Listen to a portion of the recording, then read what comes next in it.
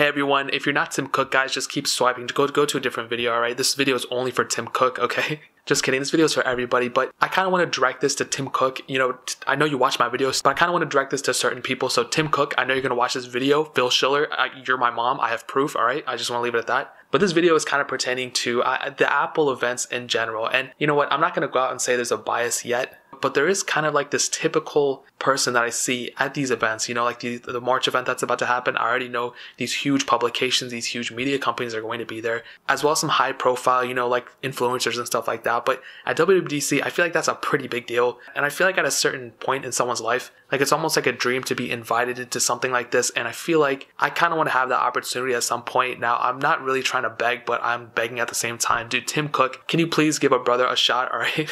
I just want to attend WWDC. I don't know what I have to do. I can cough up the 1600, but I think that's kind of pushing it, bro. But also I could probably do that scholarship thing. And like, I'm a programmer, so I can, you know, program in Swift and publish a thing that way. But I still think at a certain point, I mean, and there's no easy way to say this, but I feel like every single year I see the same exact people at these same exact events, you know? I feel like there's like a broader audience that we can kind of go. And there's some people who I know, who I watch, that haven't even been to one of these events that I know of, you know? And I look at these people and I'm like, man, that's crazy. And I wasn't going to name drop these people, but I guess I'll say him, you know, like, he's a crazy guy. I love all of his videos. He literally, he honestly, he influenced me quite a bit.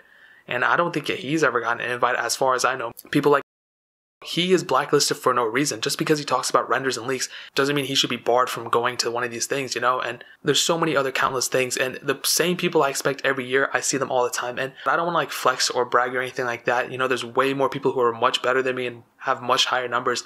But I've seen people at these Apple events who have way less subscribers than me, way less views than me. They pull in way less views every month. They barely even talk about Apple products. Why are these people at those events? You know, like, I think they might have like agents or they might have like insider knowledge or whatever, but I just don't understand how they're able to go to these specific events when like people who almost primarily focus on technology products, and even at that, they focus primarily on iOS products and iPhones and iPads and things like that, even some macOS products I talk about. You know what, if I don't get invited, that's alright, whatever, but I hope like some of my, you know, favorite creators kind of get invited too, you know. I guess it's not the end of the world. I'm still kind of a smaller channel, so I understand if I don't get invited.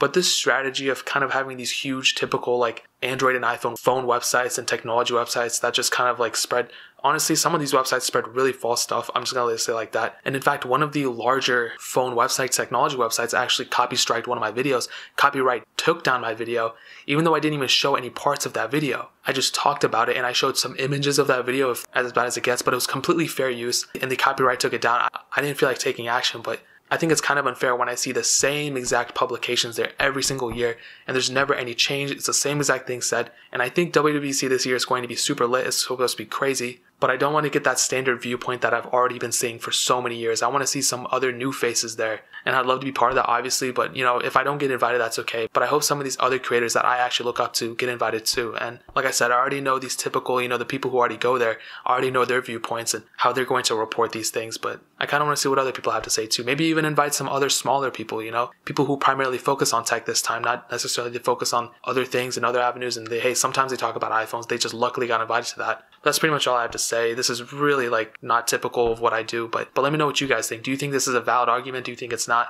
Let me know in the comment section below. Please share this video to Tim Cook. Just add him or something. As you know, I'm still trying to be CEO of Apple. Hit that subscribe button. You guys already know what to do. Check out the links in the description as well. My Twitter, my Instagram, my second channel. All those links are linked down below. I'd really appreciate it if you guys could check it out. But more importantly than everything else, I love every single one of you guys.